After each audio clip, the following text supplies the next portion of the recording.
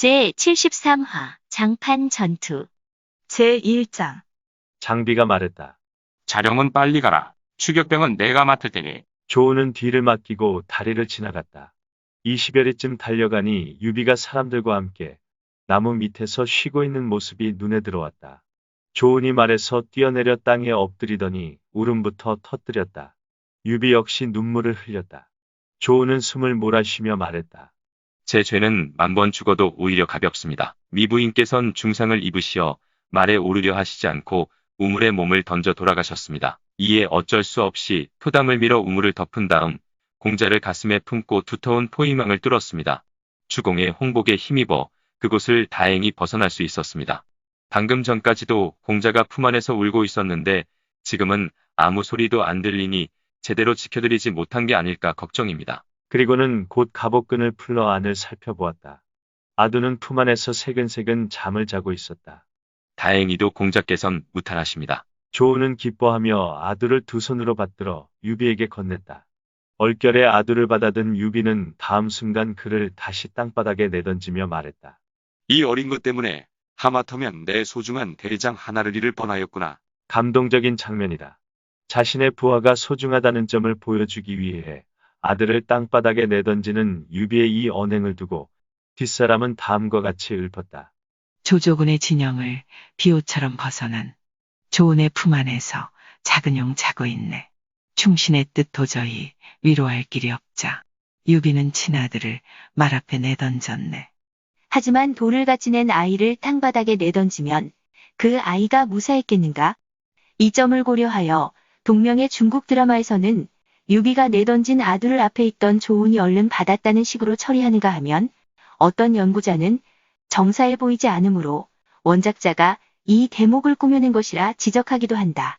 하지만 정사의 기록이 있든 없든 유비 정도의 정치적 지도자는 부하의 마음을 얻기 위해 그런 언행을 했을 수도 있었을 것이다.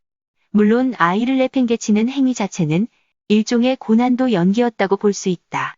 그러나 그런 연기는 사람의 마음을 얻는 일에 중요성을 인식한 사람이 아니면 결코 행할 수 없다.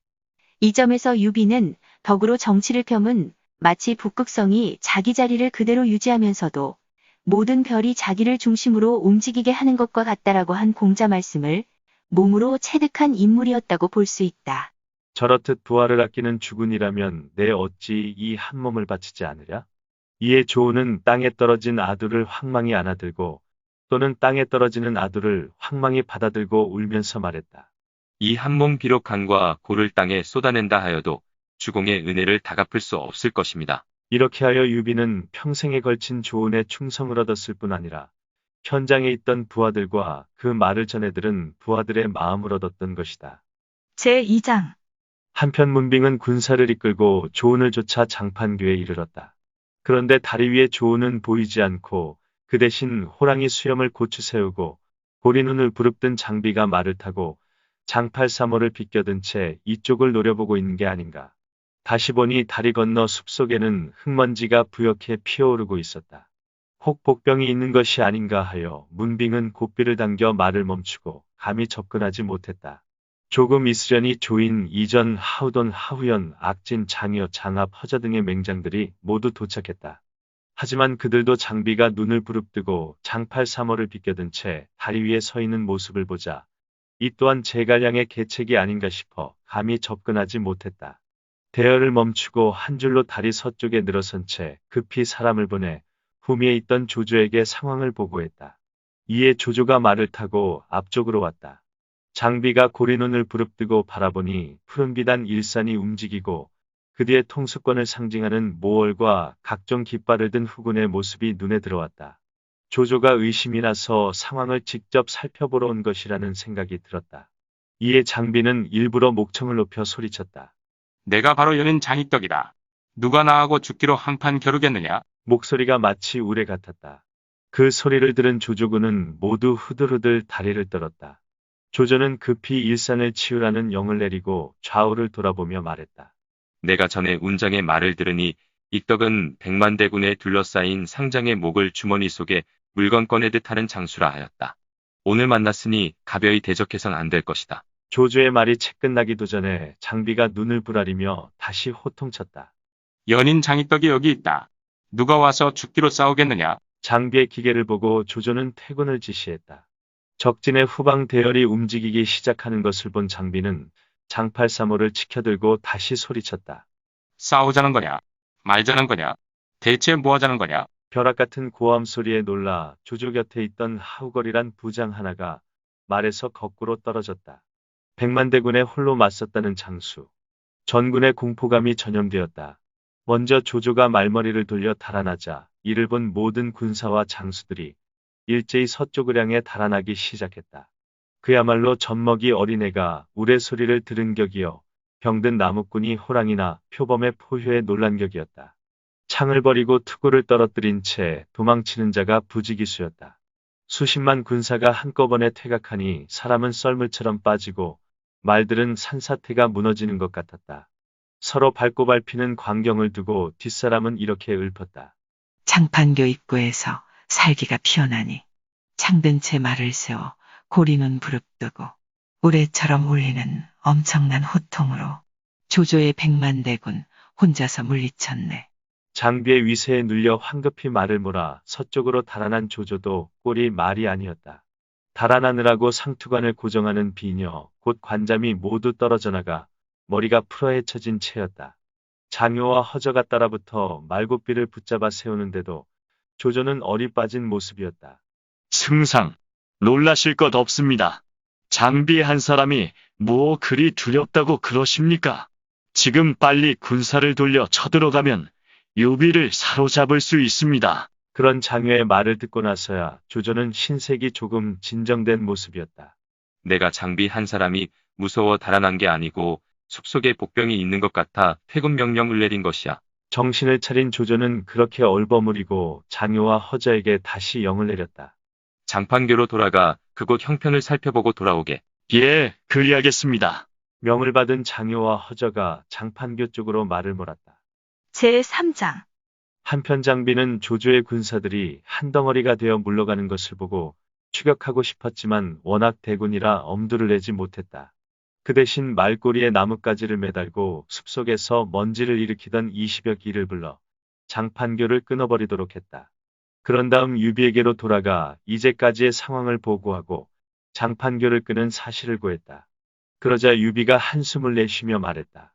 아우가 용감하였으나 한 가지 실수를 범한 것이 애석하구나. 실수라니요. 내가 무슨 실수를 저질렀다고 그러시오? 조조는 지략이 뛰어난 사람이야. 다리를 끊어서는 안 되는 것이었다. 다리를 끊었기 때문에 반드시 추격해올 게야. 내 호통 소리에 면리나 달아난 자가 어찌 감히 다시 추격해온단 말이오? 그게 바로 생각이 짧다는 증거다. 내가 다리를 끊지 않았다면 조조는 매복이 있을까 두려워 감히 추격해오지 못하였을 것이다. 그러나 다리를 끊었으니 그는 우리가 군사도 없고 겁을 먹고 있다는 생각에 반드시 추격해올 것이다. 그의 무리는 100만이나 되어 장강이나 한수라 하여도 강을 메우고 올 터인데 그까지 다리 하나 끊어진 것을 겁내겠느냐? 유비는 몸을 일으키더니 새끼를 따라 비스듬히 한수 나루터로 우회하여 면양으로 가는 길로 말을 달렸다. 한편 조조의 명을 받고 장판교로 갔던 장효와 허저는 다시 돌아와 이렇게 아뢰었다. 장비가 벌써 다리를 끊어놓고 가버렸습니다. 하하하, 장비가 다리를 끊었다는 것은 우리에게 겁먹고 있었다는 뜻이 아니냐. 유비의 예상대로 장비의 허실을 갈파한 조조는 수하에게 영을 내렸다. 군사 1만을 차출하여 오늘 밤 안에 지나갈 수 있도록 끊어진 다리 옆에 배다리를 3개 설치하라. 그러자 옆에 있던 이전이 말렸다. 이는 제갈량의 속임수일지 모르니 가벼이 진격해선 안 됩니다. 다리를 끄는 것은 제갈량이 아니라 장비의 머리에서 나온 미혹한 생각이다. 한낱 용맹이 있을 뿐인 장비에게 무슨 속임수가 있겠느냐. 조조는 명을 내려 속히 진격하도록 했다. 이 무렵 유비의 행렬은 한진 가까이 도착해 있었다. 조조의 추격군이 흙먼지를 일으키며 유비를 쫓아왔다. 북소리와 고함소리가 천지를 진동하자 유비가 말했다. 아픈 금강이고 이는 추격병이니 이를 어찌하면 좋을꼬. 자룡은 빨리 적을 막으라. 그렇게 조은에게 지시했으나 유비를 뒤쫓고 있던 조조는 무리에게 이런 영을 내렸다.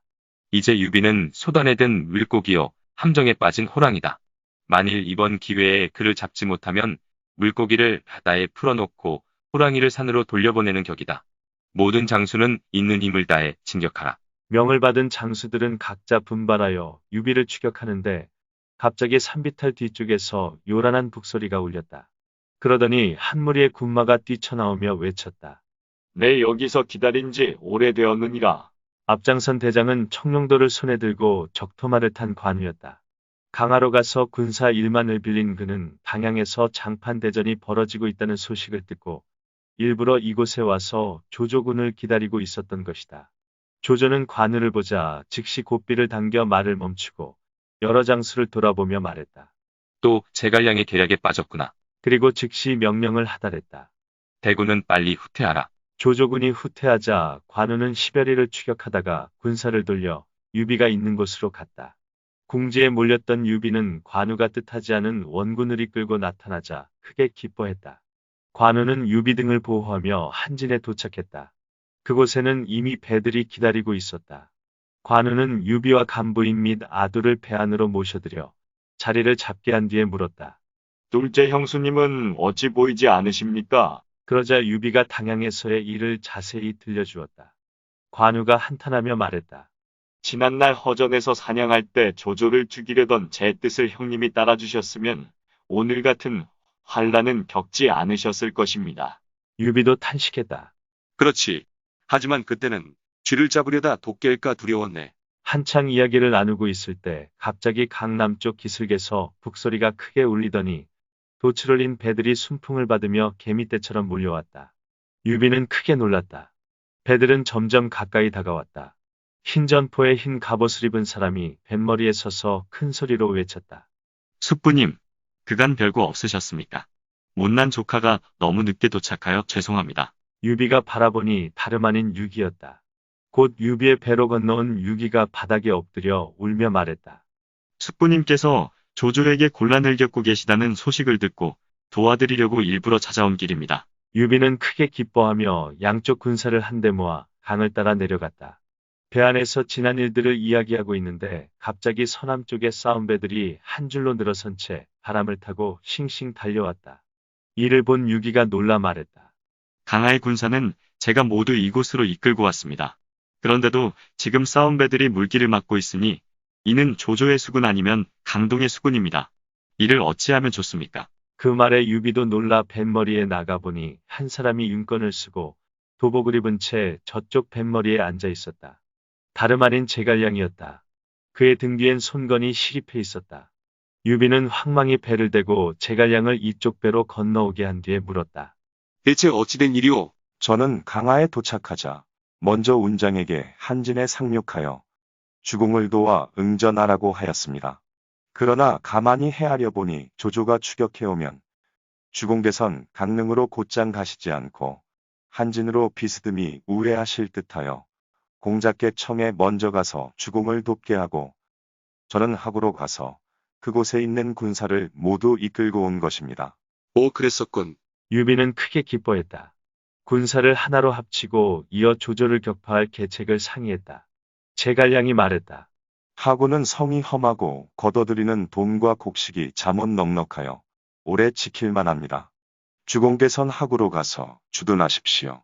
공작께선 강화로 돌아가 싸움배를 정돈하고 병장기를 수습하고 주공께서 지키시는 하구와 서로 돕고 의지하는 기각지세를 만들면 조조를 막아낼 수 있을 것입니다. 하지만 두 분이 함께 강화로 가시면 형세가 고립될 것입니다. 유기가 말했다. 군사의 말씀이 옳습니다. 그러나 제 생각에는 숙부님께서도 잠시 강화로 가셔 군마를 정돈하신 다음에 다시 하구로 가셔도 늦지 않을 것입니다. 조카의 말이 옳군. 그렇게 하지. 제갈량도 그것까지 막지는 않았다. 이에 유비는 관우에게 군사 5천을 내줘 하구를 지키도록 하고 제갈량 유기와 함께 일단 강화로 갔다. 제4장 한편 조조는 육로로 올라와 있던 관우가 군사를 이끌고 나타나 길을 막자 복병이 있지 않을까 싶어 감히 추격하지 못했으나 다 잡은 유비를 놓쳐버린 걸 여간 분해하지 않았다. 거기다 또 하나의 걱정은 물길로 내려간 유비가 형주의 요지인 강릉을 먼저 취하는 일이었다. 만일 유비가 돈과 곡식이 풍부한 그곳을 빼앗아 근거지로 삼는다면 그를 뿌리 뽑기가 더 어려워질 것이기 때문이었다. 이에 조조는 유비보다 강릉을 먼저 점거하기 위해 군사를 이끌고 밤을 도와 달렸다. 이 무렵 강릉을 지키고 있던 사람은 별가 유선과 치중 등이었다. 별가란 별가종사를 줄인 말로 자사가 외부 순찰 시에 별도의 수레를 타고 수행한다 하여 붙인 이름인데 오늘로 치면 자사의 수석 보좌관에 해당하는 벼슬이었다. 또 치중이란 치중종사를 줄인 말로 별가 다음의 보좌관에 해당하는 벼슬이었다. 이들은 자사를 보좌하는 입장이었으므로 이미 양양에서 일어난 일을 상세히 듣고 있었다. 따라서 조조의 대군을 막아낼 수 없다는 것을 익히 알고 형주의 군사와 백성들을 이끌고 성 밖으로 나와 일제히 투항했다. 이렇게 하여 무혈입성한 조조는 성 안의 백성들을 안정시킨 다음 갇혀있던 한승을 풀어주고 그의 벼슬을 높여 금일의 외무장관에 해당하는 대홍려로 삼았다. 그 밖에 여러 관리들에게도 각각 벼슬을 주고 상을 내렸다. 그런 다음 여러 장수와 책사들을 불러 상의했다. 이제 유비가 강화로 갔으니 동호와 손잡을까 걱정이다. 만일 그리 되면 세력이 크게 확장될 터이니 마땅히 어떤 계책을 써서 그들을 무찔러야 하지 않겠느냐. 순유가 말했다. 지금 우리 군사는 위세를 크게 떨치고 있습니다. 그러니 강동으로 사자를 보내 손권에게 경문을 전하게 하십시오. 강화에서 만나 함께 사냥하여 유비를 사로잡은 뒤에 형주 땅을 나눠 영원한 우호를 맺자고 하면 손권은 필시 놀라고 의심스러워하면서도 항복해올 것입니다. 그리 되면 우리 일은 끝나는 것이죠. 좋은 계책이다. 조조는 즉시 경문을 쓴 다음 사신에게 주어 동호로 보내는 한편 기마병, 보병, 수군을 합쳐 총 83만의 군사를 일으켜 100만 대군이라 칭하고 수로와 육로로 동시에 출병시켰다. 물길로는 싸움배들이 뜨고 육로로는 기마병이 강을 끼고 진군하니 원정군의 길이는 서쪽 형주, 선복에서부터 동쪽 기춘, 황당에 이르기까지 그 군영과 목책만 무려 300렬이나 이어질 만큼 엄청난 규모였다. 한편 강동의 손권은 군사를 시상현에 주둔하고 있었다. 조조의 대군이 양양까지 내려오고 유종이 이미 항복했다는 소식이 들리더니 이제 또 조조가 밤낮 없이 이틀길을 하루에 달려와 강릉을 차지했다는 보고가 들어왔다. 손권은 즉시 여러 책사들을 불러 방어책을 논의했다. 노숙이 말했다. 형주는 동호와 인접해 있을 뿐 아니라 영토의 형세는 험하고 수비가 단단하며 백성들은 부유하여 만일 우리가 그곳을 차지한다면 가히 제왕의 업을 이룰 수 있는 발판이 될 것입니다. 이제 유표가 죽은 지 얼마 안 되고 유비도 방금 패하였으니 청컨대 제가 명을 받들고 강화로 가서 문상을 하게 해주십시오. 그러면 저는 유비를 설득하여 그로 하여금 유표의 여러 장수들이 한마음 한뜻으로 조조를 함께 격파할 것입니다. 만일 유비가 기꺼이 응한다면 큰일을 이룰 수 있습니다. 아주 좋은 계책이요. 손권은 기뻐했다. 이에 즉시 노숙에게 예물을 갖추어 강화로 가서 죽은 유표를 문상하게 했다. 제5장 한편 강화에 도착한 유비는 제갈량 유기와 앞으로의 대책을 의논했다. 먼저 제갈량이 말했다. 조조의 세력이 너무 커 당장은 맞서기가 어렵습니다. 그러니 일단 동호의 손권에게 의탁하고 도움을 청하는 이만 못합니다. 그렇게 남북이 서로 대치하도록 만들어 놓고 우리가 중간에서 이익을 챙긴다고 하여 안 될 게 뭐 있겠습니까? 강동엔 인물이 많으므로 반드시 깊이 따져보는 이가 있을 터인데 어찌 우리 제안을 기꺼이 받아들이겠소? 유비가 걱정스러운 듯이 묻자 제갈량이 대답했다. 지금 조조가 100만 대군을 이끌고 장강 한수에 웅크리고 있는데 강동이 어찌 사람을 보내 그 실정을 알아보지 않겠습니까? 만일 이곳으로 오는 사람이 있으면 저는 돛담배를 빌려 타고 강동으로 직행하여 세치의 혀로 남북의 군사가 서로 싸우도록 설득하겠습니다. 그래서 만일 남군이 이긴다면 함께 조조를 쳐서 형주 땅을 빼앗고 북군이 이긴다면 우리는 그 이긴 틈을 이용하여 강남을 취하면 될 것입니다. 매우 좋은 생각이지만 그것도 강동에서 사람이 와야 말이죠. 그런 이야기를 나누고 있을 때 전령이 아래오 하고 달려와서 보고했다. 강동의 손권이 문상을 하려고 노숙을 보냈는데 그 배가 이미 기슭에 와닿았다고 합니다.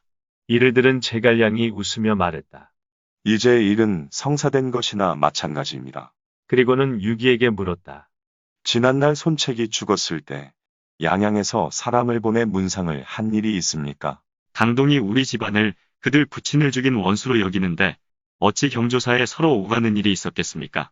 유기가 그렇게 대답하자 제갈량이 한층 밝은 음성으로 말했다. 그렇다면 노숙이 온 것은 문상온 것이 아니고 우리 쪽의 군사 정세를 알아보기 위한 것입니다. 그러더니 유비를 보고 이렇게 말했다. 노숙이 와서 조조의 동정을 묻거든 주공께선 그저 모른다고만 대답하십시오. 그래도 재산 묻거든 제갈량에게 물어보라고만 하십시오. 이렇게 입을 맞춘 다음 사람을 시켜 노숙을 영접했다. 노숙은 성 안에 들어와 문상하고 예물을 바쳤다. 유기는 노숙을 청해 유비와 함께 만났다. 인사를 마치자 그를 후당으로 청해들여 함께 술을 마시게 되었다. 노숙이 말했다. 황숙의 크신 이름을 들은 지 오래인데도 인연이 없어 만나 뵙지 못하였으나 오늘 다행히 뵙게 되니 실로 기쁘고 위안이 됩니다. 근자의 황숙께선 조조와 한판 크게 싸우셨으니 반드시 저들의 허시를 하실 것입니다. 감히 묻자온데 조조군은 얼마나 되는지요? 유비는 제갈량과 약속한 대로 말했다. 나는 병력도 미미하고 장수도 적어 조조가 온다는 소리를 듣자 즉시 달아났기에 그들의 허시를 아는 게 없소이다. 듣자니 황숙께선 제갈 공명의 계책인 화공을 써서 두 차례나 조조의 간담을 써넣게 하셨다던데 어찌 모른다고만 하십니까? 그 점은 제갈 공명에게 물어야만 상세한 것을 알 수 있을게요. 제갈 공명이 어디 있습니까? 한번 만나보고 싶습니다. 이에 유비는 못 이기는 척 제갈량을 나오게 하여 서로 만나도록 했다.